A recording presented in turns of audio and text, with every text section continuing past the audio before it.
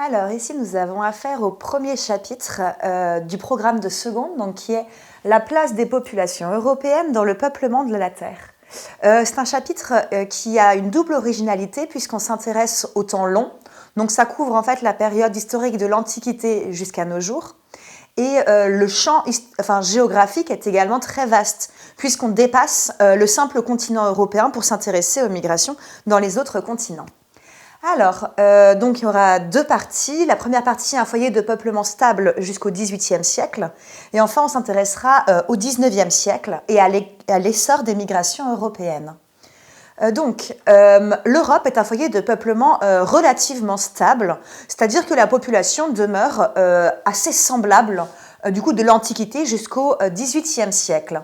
En revanche, elle alterne des périodes de croissance et de repli. Donc, par exemple, comme période de croissance, vous avez donc la première période du XIe siècle jusqu'au milieu du XIVe siècle, où il y a une vraie augmentation de la population, due notamment au progrès agricole. Malheureusement, donc, au milieu du XIVe siècle, arrive la peste noire, et donc là, on a affaire à une grande période de repli démographique, puisque la peste noire aurait fait comme mort en fait entre un tiers et la moitié de la population européenne. Voilà.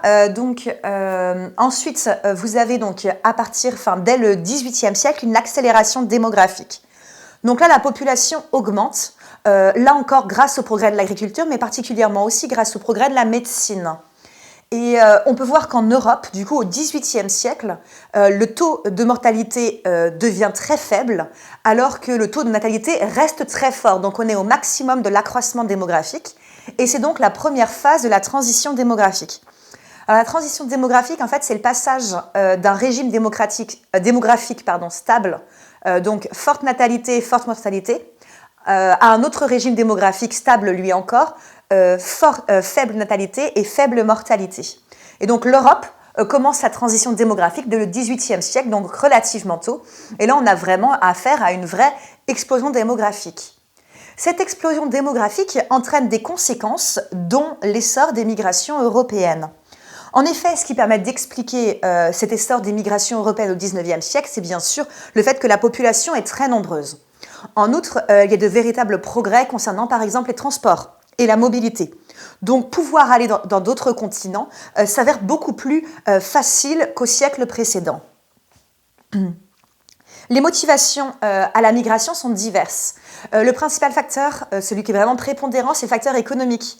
Parce que majoritairement, les migrants partent pour trouver des conditions de vie qui seront meilleures. D'autres motivations interviennent, par exemple des motivations religieuses, comme par exemple pour les Juifs en Russie, qui souffrent des pogroms et donc qui quittent la Russie pour migrer vers le continent américain, par exemple. Enfin, avec votre professeur, vous étudierez une étude de cas concernant l'essor des migrations européennes. Donc vous aurez le choix soit entre la migration irlandaise, qui là montre vraiment l'importance des crises économiques, puisque 1 million d'Irlandais migrent après la maladie de la pomme de terre, au milieu du XIXe siècle, ou sinon vous avez qu'à la migration italienne, là qui se dirige principalement en Amérique du Nord. D'abord une migration des Italiens du Nord, puis une immigration des Italiens du Sud. La vraie notion à maîtriser dans ce chapitre, c'est la notion de transition démographique. Je vous ai donné sa définition précédemment et en fait ce qu'il faut savoir c'est que l'Europe l'a commencé très précocement dès le XIXe siècle, alors que là, à notre époque, d'autres continents sont en train de faire actuellement leur transition démographique, à l'instar de l'Afrique, par exemple, qui en est, lors de sa première phase, en fait, au maximum de l'accroissement naturel. Pour vous intéresser à ce chapitre, notamment à l'essor des migrations, vous pouvez par exemple regarder le film Gangs of New York de Martin Scorsese, sorti en 2002 et qui raconte l'affrontement en fait justement entre des migrants irlandais qui arrivent et des natifs new-yorkais, et donc qui montre en fait comment les migrants étaient accueillis et la xénophobie qui entoure ces migrants.